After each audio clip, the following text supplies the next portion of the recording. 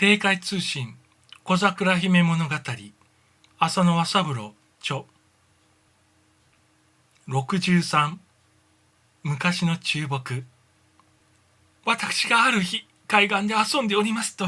指導役のおじいさんが例の長い杖をつきながら向こうからとぼとぼと歩いてこられました。どうした風の吹き回しか、その日は大変ご機嫌が良いらしく、老眼に笑みをたたえてこう言われるのでした。今日は思いがけない人を連れてくるが、誰であるか一つ当ててみるがよい。そんなこと私にはできはしませぬ。できるはずがございませぬ。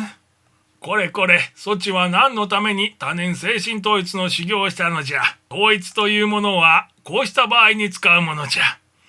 さようでございますか。ではちょっとお待ちくださいませ。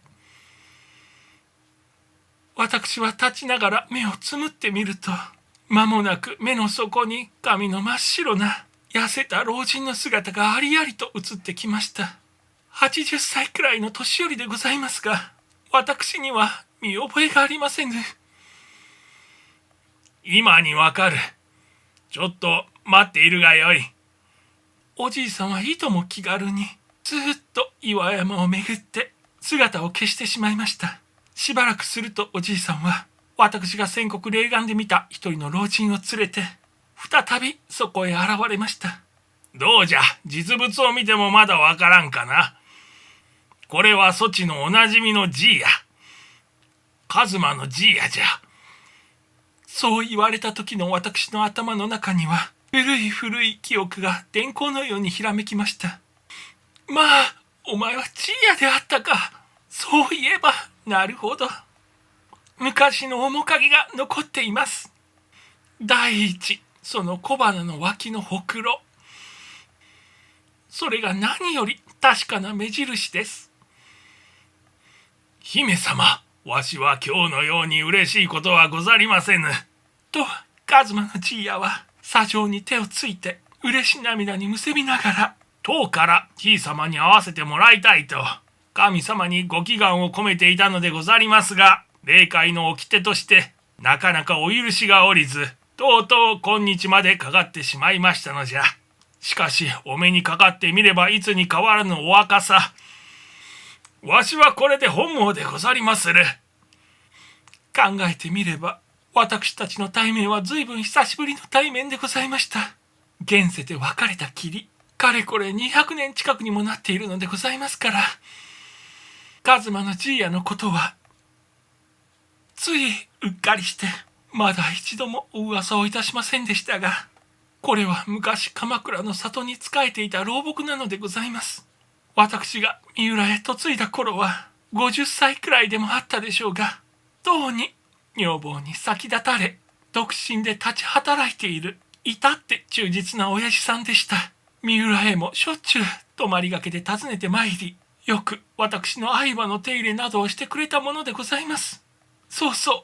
私が現世の見納めに若月を庭先へ引かせたとき、その手綱を取っていたのも、やはりこの老人なのでございました。だんだん聞いてみると、じいやが死んだのは、私よりもざっと20年ばかり後だということでございました。わしは生涯病気という病気はなく、ちょうど樹木が自然と立ち枯れするように、安らかに現世においとまを告げました。身分こそ卑しいが、御生は至ってよかった方でござります。そんなことを申しておりました。こんな善良な人間でございますから、こちらの世界へ移ってきてからも、至って大平無事、ちょうど現世で豆々しく主人に仕えたように、こちらでは御生を大事に神様に仕え、そしてたまには神様に連れられて、現世で縁故の深かった人たちのもとへも訪ねてゆくとのことでございました。この間、ご両親様にもお目にかからせていただきましたが、いや、その時は喜んでよいのやら、または悲しんでよいのやら、現世の気持ちとはまた格別でござりました。じいやの口からはそういった物語がいくつも出ました。最後にじいやはこんなことを言い出しました。わしはこちらでまだ三浦の殿様に一度もお目にかかりませぬが、今日はひいさまのお手引きで、早速日頃の望みを叶えさせていただくわけには参りますまいか。さあ、私がいささかためらっておりますと、指導役のおじいさんが直ちにそばから引き取って言われました。それはいと安いことじゃが、わざわざこちらから出かけずとも、向こうからこちらへ来てもらうことにいたそう。そうすればじいやも久しぶりで、ご夫婦お揃いの場面が見られるというものじゃ。まさか夫婦が揃っても、以前のように人間臭い執着を起こしもしまいと思うが、どうじゃその点は受け合ってくれるかな。おじいさま、もう大丈夫でございますとも。とうとう夫の方からこの海の塩場へ訪ねてくることになってしまいました。